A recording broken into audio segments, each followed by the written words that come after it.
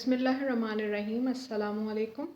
आज जो हम टॉपिक डिस्कस करने जा रहे हैं उस टॉपिक का जो रिलेशन है वो हमारे गले से है। यानी कि अगर हमारे गले में ख़राश होती है या गले ख़राब होते हैं या खांसी बहुत ज़्यादा होती है तो ऐसी सिचुएशन में हमें क्या करना चाहिए, हमें कौन सी रेमेडीज़ अप्लाई करनी चाहिए और हम ऐसे कौन सी चीज़ों से परहेज़ करें जो वो मज़ीद और ना बढ़े। आज की इस वीडियो में हम यही डिस्कस करेंगे, तो आए चलें फिर इस वीडियो को स्टार्ट करते हैं। अगर अभी तक आपने मेरा चैनल सब्सक्राइब नहीं किया तो प्लीज़ सब्सक्राइब कर दीजिएगा और बेल आइकन को क्लिक कर दीजिएगा।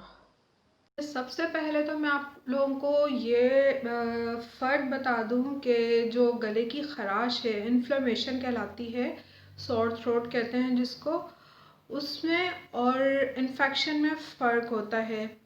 सॉर थ्रोट जो होता है वो गले के अंदर यानी कि ख़राश पड़ जाती है, रेडनेस आ जाती है, जिसकी वजह से हमें वहाँ पर मुस्तकिल खांसी और कहना चाहिए जलन सी महसूस हो रही होती है। उस जलन की वजह से हम बार बार खांसते हैं ताकि उस जलन को, उस ख़राश को हम लोग रिलीज़ कर सकें।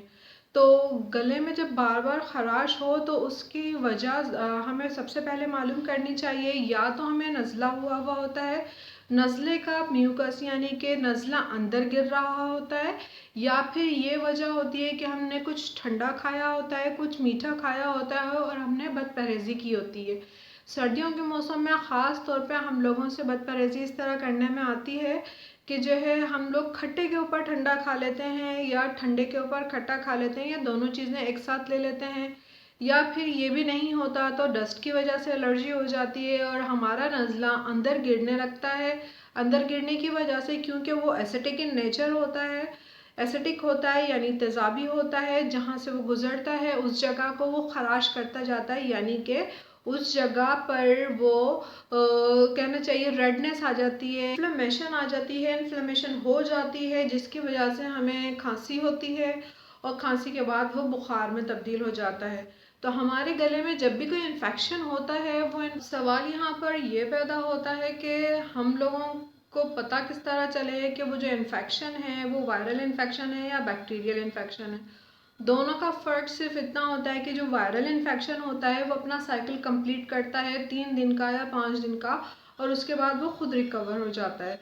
लेकिन जो बैक्टीरियल इन्फेक्शन होता है उसको ट्रीटमेंट की ज़रूरत होती है कि मज़ीद आगे बहुत ज़्यादा कॉम्प्लिकेशंस ना हो, चेस्ट कंजेशन ना हो या आपको सांस लेने में दिक्कत ना हो। तो सॉर थ्रोट के अंदर क्या होता है, बेसिकली सॉर थ्रोट के अंदर हम लोगों को खांसी होती है, खांसने की आवाज़ बदल जाती है, नज़ला होता है, छींकें आ रही होती हैं, स्नीजिंग हो रही होती है, और इसके साथ साथ हम लोगों की अक्सर व बेशतर आवाज़ भी बदल जाती है। यानी कि आवाज़ या तो भुरभुरी हो जाएगी या मोटी हो जाएगी, या उसको कहना चाहिए कि फटी हुई सी आवाज़ हो जाती है खांस खांस के।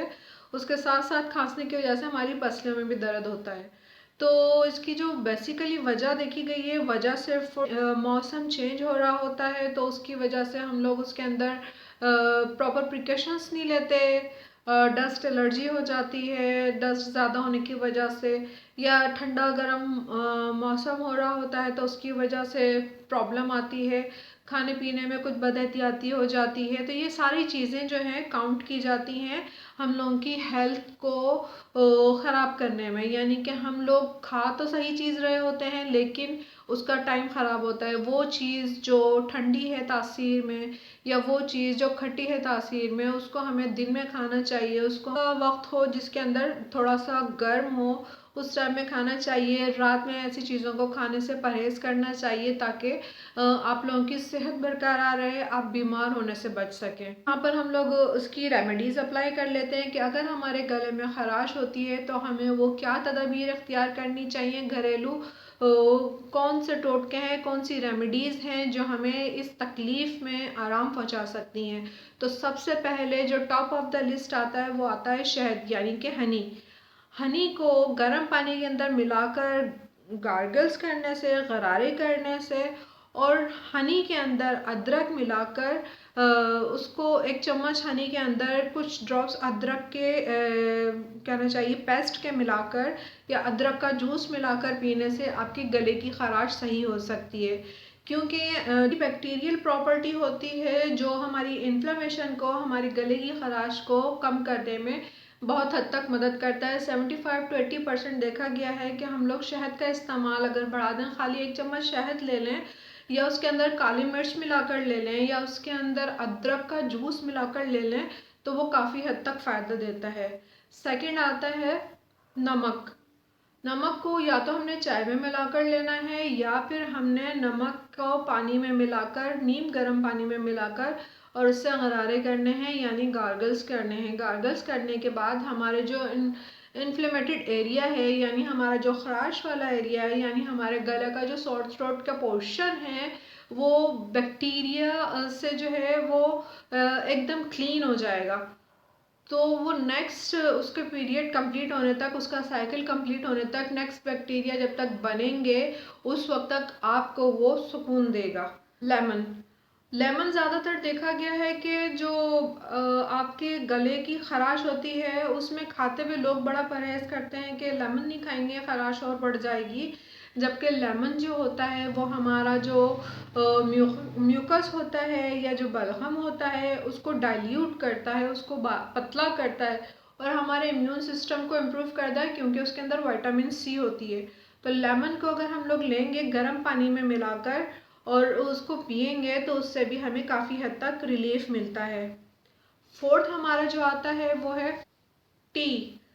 जो ग्रीन टी या नॉर्मल टी होती है दोनों ही फ़ायदेमंद होती हैं, लेकिन ज़्यादातर देखा गया है जो ग्रीन टी होती है वो बहुत ज़्यादा फ़ायदेमंद होती है। और ख़ास तौर पर कैमोमिली की ग्रीन टी या फिर जो है मिंट की ग्रीन टी, वो बहुत फ़ायदेमंद होती है खांसी के अंदर।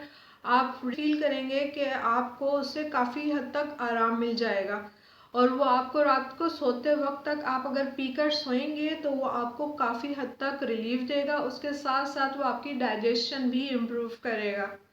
उम्मीद है मेरे ये रेमेडीज़ आपको फ़ायदा देंगी। उसके अलावा अगर रेमेडीज़ जो होती हैं वो ज़्यादातर सिर्फ़ और सिर्फ इसलिए होती हैं कि फ़र्स्ट ट्रीटमेंट, फ़र्स्ट कहना चाहिए जो घर पर हम लोग ट्राई कर सकते हैं उसको करने के लिए होती हैं। अदरवाइज़ जो होती हैं हम लोग डॉक्टर के पास जाते हैं, 24 आवर्स देखा करें। अगर आपको रिलीफ ना मिला करे तो आप डॉक्टर से रुजू करा करें।